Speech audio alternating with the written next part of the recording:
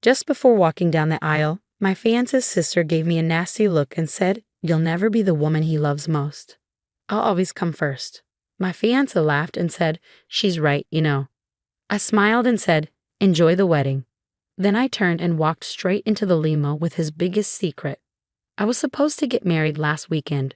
Everything was ready: the Plaza Hotel, a huge wedding, a Vera Wang dress, hundreds of guests, months of planning, and every detail checked. But I left, not because I had second thoughts, but because 10 minutes before the ceremony, I realized the man I was about to marry was a joke. Let's go back to the start. My fiancé, Nate, and I had been together for 4 years. We met in New York, both working in finance, both ambitious, both wanting the perfect life. I thought we were on the same page. I thought he was the one. I should have known better. The first red flag: his sister, Allison. She had no boundaries. She acted like his second girlfriend, sitting on his lap at family events and saying she was the most important woman in his life. She even had a meltdown when I moved in with him. She would openly say things like, "I don't think Nate should ever get married. He's meant to be free." At first, I told myself it was just an overprotective sibling thing. Some families are close. I thought once we got engaged, she'd back off. She didn't. If anything, she got worse. The second red flag: Nate didn't stop it. He would laugh it off and tell me I was overreacting. Even when I pointed out how weird it was that his sister threw a fit when he canceled dinner with her because we had plans, he just shrugged and said, "That's just how she is." Looking back, I should have seen the signs, but love can make you blind. Then there was the money issue. I knew Nate liked expensive things: designer suits, fancy watches, first-class flights, private clubs, but I thought he could afford it. We both worked in finance, so we made good money, but something always felt off. Like the time his card got declined at Cipriani, and he joked, "Oh, I must have hit my limit."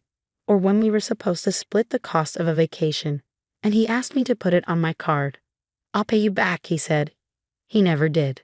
I convinced myself it wasn't a big deal, that maybe he was just bad at managing money. I even offered to help him organize his finances, but he brushed it off. The truth? I didn't know where his money was really coming from until 2 weeks before the wedding. At a charity gala, I met a man named Bradley Peters. We talked, and I mentioned I was getting married soon. He asked who my fiancé was, and when I told him, his face changed. "Brad. Nate, last name." "Yeah, that's him. Do you know him?" Brad laughed. "Yeah, I know him." He pulled out his phone and showed me a picture of him and Nate on a yacht in Ibiza. That wasn't the shocking part. The shocking part was that Nate was sitting on his lap. My stomach dropped. "How do you know him?" I asked. Brad smiled. "Didn't he tell you? We've been involved for a while." I couldn't believe it. Brad had been funding Nate's entire lifestyle for the past 3 years: rent, travel, clothes, everything. And Nate had led him to believe that I knew and was okay with it. "Wait, so you're together?" I asked. Brad sighed. "Not exactly." He made it sound like an arrangement, that you were on board. I was shaking. 2 weeks before the wedding, I found out my fiancé was someone's sugar baby, and he'd let me think he was just a rich guy who made bad spending choices. Brad was mad, but not at me. He lied to both of us. I didn't know what to say, so I just laughed because everything was so crazy I couldn't even process it. That's when Brad asked, "What do you want to do about it?" An idea started to form. I kept quiet in the days before the wedding, letting Nate think I was clueless.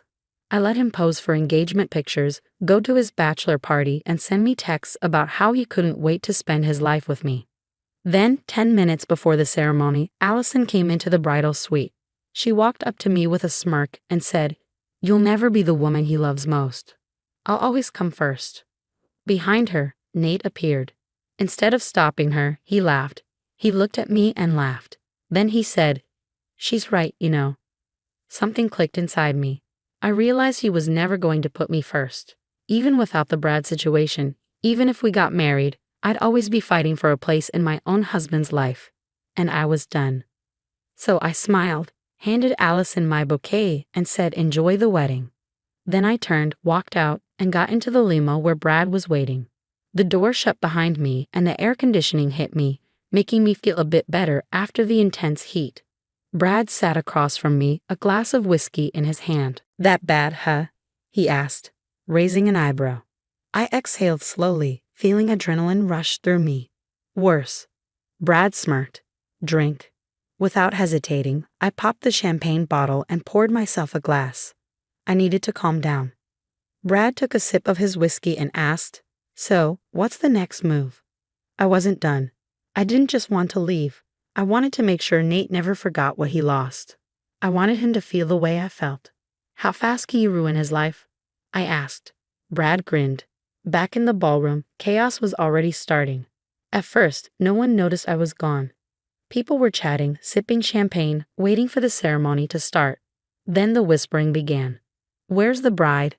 Is there a delay? Nate was standing near the altar, pretending everything was fine. Then a hotel staff member approached him. Sir, the man said, we need to discuss an issue with the billing. Nate frowned. Billing? Yes, the charges on the main card have been declined repeatedly. At first, Nate laughed, but his expression changed when he realized Brad had already made the call. Within minutes, vendors were pulling out. The catering service refused to serve any more food. The bartenders stopped serving drinks. The wedding planner stormed up to Nate, demanding immediate payment. Then the music stopped. Total silence. The officiant turned to Nate and asked, "Where's the bride?" That's when panic hit. His perfect wedding was falling apart, and I wasn't even there to watch it burn. Brad checked his phone. The plaza is shutting everything down. The bartenders aren't serving. The DJs are packing up. This should be fun. I took another sip of champagne. Not enough. Brad smirked. You're ruthless. You just figuring that out. He laughed. All right, what else? I leaned back, my mind racing. Then I had an idea. You said he used your money for everything, right? Brad nodded. The apartment, the car, everything. Take it back. Brad's grin widened. Now we're talking. He made another call. Within minutes, Nate's apartment was no longer his. The keys were taken back. The Porsche was being towed. His credit cards were frozen. By the time Nate realized what was happening, he'd be homeless, broke, and humiliated. And I wasn't done yet. Then Brad's phone rang. His expression changed when he saw who it was. He hesitated before answering. What? He said sharply. I watched Brad carefully. His smirk faded, and his face tightened. Something was wrong. Are you sure? He asked. There was a long pause, then he cursed quietly and hung up. What's going on? I asked. He sighed and rubbed his jaw. There's an issue. A bad feeling crept up my spine. What kind of issue? Brad looked at me. Turns out, I wasn't the only one Nate was getting money from. I froze. What? Brad leaned forward. There's another guy. A bigger deal than me. Someone with real power, and he's looking for Nate. My heart dropped. Who are we talking about? Brad ran his hand through his hair. Damon Russo. I felt a chill run through me. Everyone in Manhattan knew that name. Damon Russo wasn't just rich, he was dangerous. A guy like him didn't take kindly to being scammed, and Nate had scammed him too. Brad shook his head. If Nate thinks losing his wedding is bad, he has no idea what's coming next. I took a deep breath. This wasn't just about revenge anymore. This was about survival. The limo was silent except for the faint hum of the city outside. I set my champagne down, my hands gripping the glass a little too hard. What do you mean Nate scammed Damon Russo? I asked. Brad exhaled sharply. Damon doesn't just throw money around for fun. He expects something in return. And if he doesn't get it, things get messy. I swallowed. Messy? How? Brad gave me a long look. You ever hear about the hedge fund guy who disappeared last year? I nodded. Yeah, some billionaire. What happened? Doesn't matter. The point is, he owed Damon money. One day he's on his yacht, the next, gone. No trace. That's how Damon handles things. A cold chill went down my spine. I've been thinking small revenge, ruining the wedding, freezing his credit, watching him fall apart. But this was much bigger. Back at the plaza, Nate was unraveling. The moment he realized I was gone, panic hit him. He snapped at the wedding planner. What do you mean she left? He shouted. The poor woman looked like she wanted to vanish. She walked out, sir, she said. She left the bouquet with your sister and just walked out. What? With Allison? Nate turned and saw his sister holding my bouquet, her face red and furious. He snapped. What did you say to her? Allison didn't speak. She knew she was at fault. She'd pushed too hard, and now Nate had nothing. His phone buzzed. A text from his building's concierge. Nate, there's an issue with your lease. Please contact management. Another text. Porsche Financial Services. Your account has been terminated. Your vehicle is being repossessed. His face went pale. Something was seriously wrong. Then another text, this one from an unknown number. Damon Russo wants to see you. His hands went cold. That was the text that could cost him everything. Brad's phone rang again. He looked at the screen, then pressed it to speaker. Damon, Brad said calmly. A deep voice filled the car. I hear you've been playing games with my money. I froze. Brad shot me a look, signaling me to stay quiet. Damon, Brad said, this isn't about me. Then who's it about? Brad's jaw tightened. Nate. Damon laughed. Ah, little rat. I had a feeling. You see, Brad, I don't like when people waste my time. And your boy, Nate, he's wasted a lot of it. Brad leaned forward. What did he do? Damon sighed. He convinced me to invest in a fake deal, a shell company. Thousands of dollars gone, and now he thinks he can walk away. I felt my stomach twist. This wasn't just Nate being a fraud with sugar daddies. This was serious. Brad rubbed his face. How much are we talking? Damon paused. $3 million. I almost choked. $3 million. Nate had scammed a man like Damon Russo and thought he could get away with it. I gripped Brad's arm. If Damon finds him first, what happens? Brad met my gaze and turned back to the phone. Damon, let me handle this. Damon's voice was cold. You don't handle things, Brad. You throw money at them. But unfortunately, I don't want money. I want him. The call ended. My heart raced. I thought I was leaving Nate to financial ruin, but I didn't realize I might be leaving him to something much worse. Brad rubbed his temples. This is bad. I nodded. Yeah, no kidding. Then I straightened. Brad, we have to find him first. Brad blinked. Why the hell would we do that? Because, I said, gripping my champagne glass tight.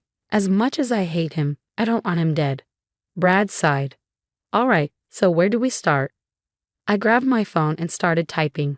I knew Nate. If he was going to run, there was only one place he'd go, and I was going to be there waiting for him.